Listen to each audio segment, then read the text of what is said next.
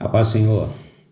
Estamos aí com o nosso estudo. Estaremos entrando agora na primeira parte, tá? Entre o objetivo de pequenas porções, mas preciosas. Então, vai agora, dê continuidade, abra o seu coração e depois nós daremos continuidade aos estudos no dia de amanhã, tá?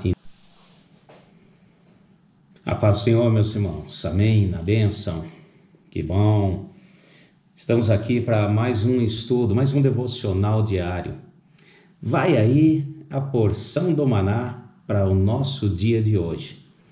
Estamos estudando as cartas, as 7 cartas, as igrejas de Apocalipse.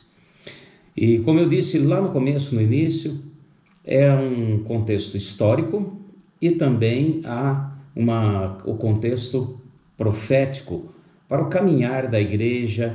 Como iria caminhar a igreja, o Senhor estava mostrando a igreja do Senhor durante toda a sua vida até o dia de hoje. Então, desde o nascimento, lá no livro de Atos, e até os nossos dias. Chegamos hoje à 7ª carta, a carta à igreja de Laodiceia.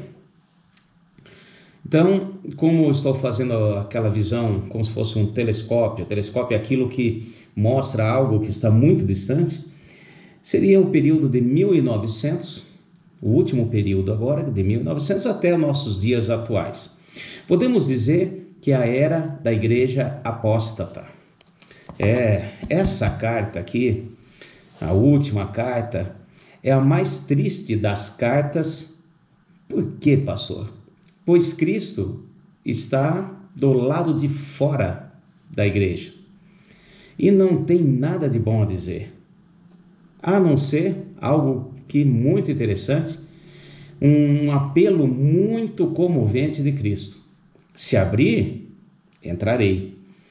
É algo que sempre foi muito usado, foi muito em pregações tem sido, né? O Senhor para o lado de fora e fazendo um apelo comovente à sua própria igreja. Bom, antes de nós começarmos aqui a meditação, vamos a Laodiceia, né?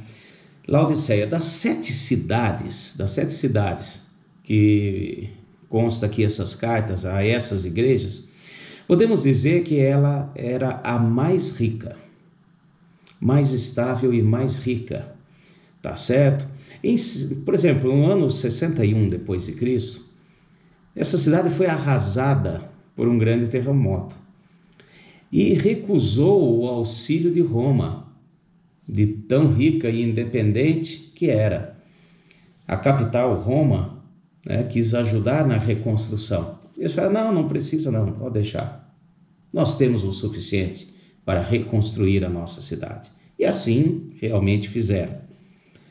Também Laodiceia era um grande centro comercial, famoso, muito famoso pelas túnicas.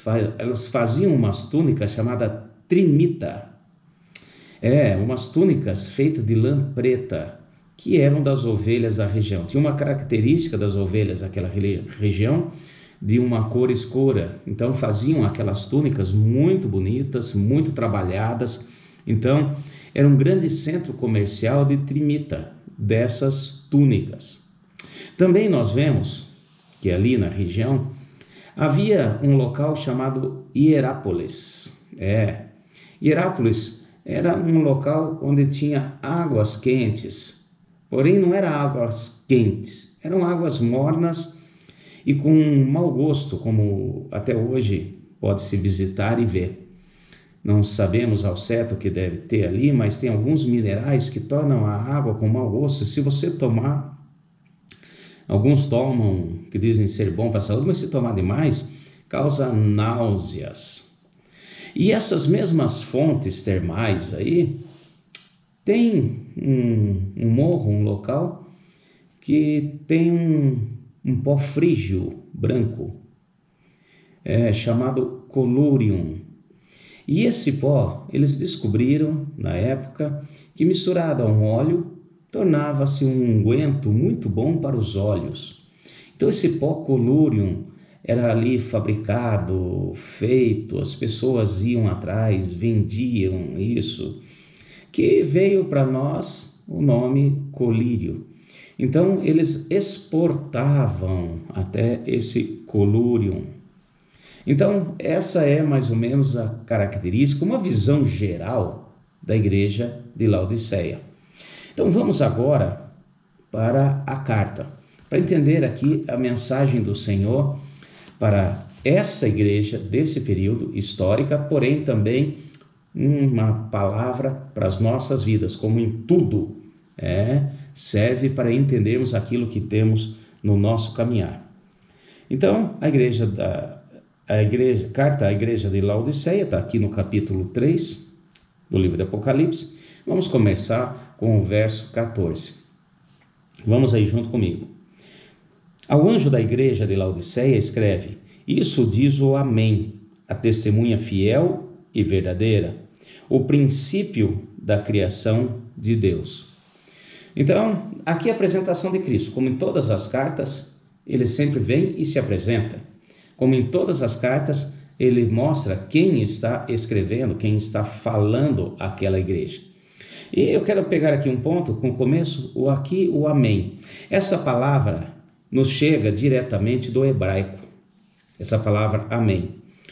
Ela não pode ser traduzida, assim como aleluia. Não existe uma tradução certa, porém, existe o sentido da palavra.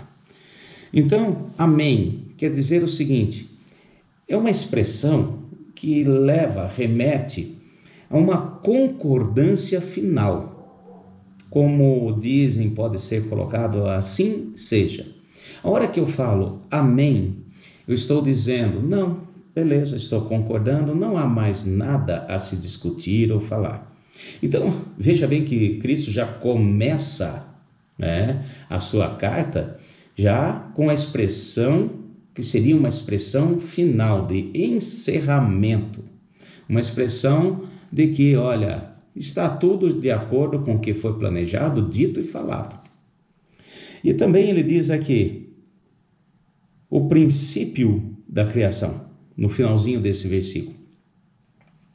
Ele é o Cristo, ele é o princípio. Veja bem, não é o começo, o primeiro. Ele é a causa movedora da criação, a dinâmica da criação. Então, nós temos que entender bem isso e para que não faça uma confusão. Ele foi o primeiro. Não, ele é Deus. Ele sempre existiu. Ele é sempiterno. Então, ele fala assim, aquele que foi a causa geradora de toda a criação, agora está dizendo que é o Amém. Ele inicia e encerra. Então, é uma coisa muito interessante.